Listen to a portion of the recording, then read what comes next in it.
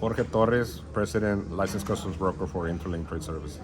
Jorge, it's great to see you. We see you at all of these summits that the FAR EDC and the FAR Bridge Board put on, and it's called the Industrial Warehouse Summit. This was number 3, another very well attended event. You gave the sort of big opening remarks. You gave an overview of the trade situation. What were the key points you wanted to get across? Well, these industrial warehouse summits, the focus is to provide information about the development of warehousing in the region. And we focus on that development or growth because of the nearshoring that is happening in the region.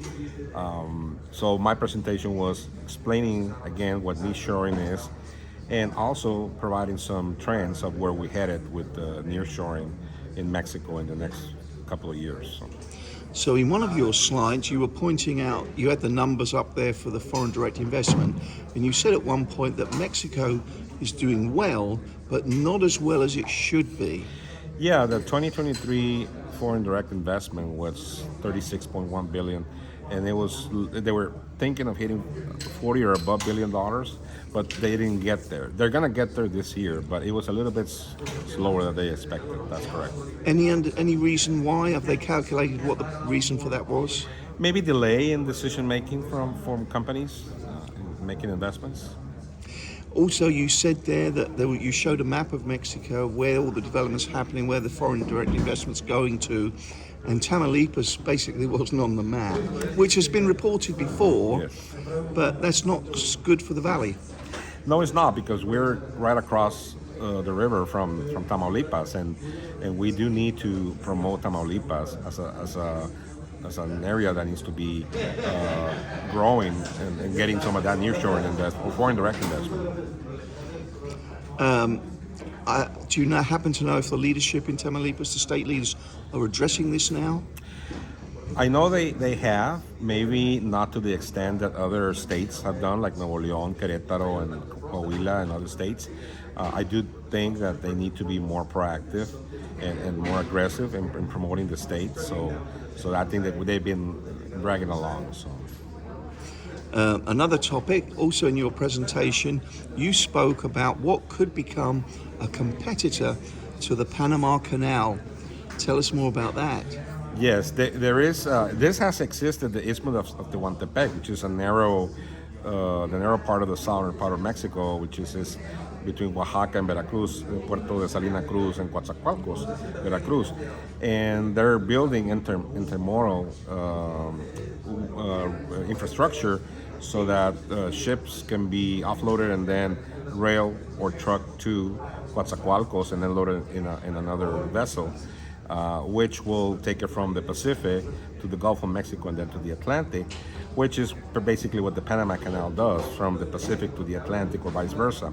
So that's going to be another option for containers to move back and forth between both oceans.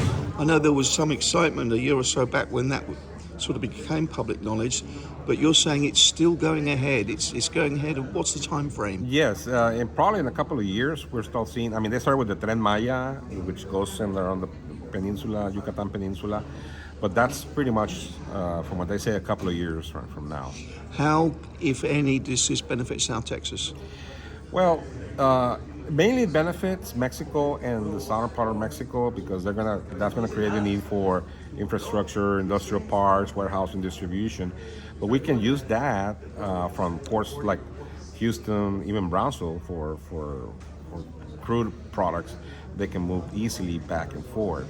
So we might tap into having that and be a benefit for our regions. Next question, you said that you recently visited, perhaps as recently as this week, you met with the Index Reynosa folks, and they have concerns on taxation?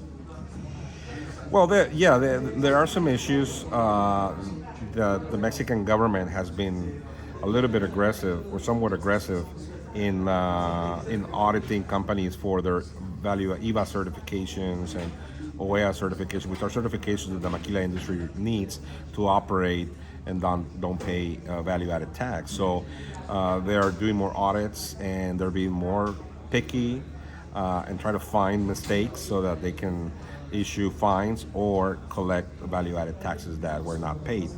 So yeah, you can fix those things, but it might have a cash flow impact because you have to pay that and then fight it to get it back. So it is a little bit of a nuisance, if you want to put it that way. So there is a concern from the maquila industry on that aspect. So.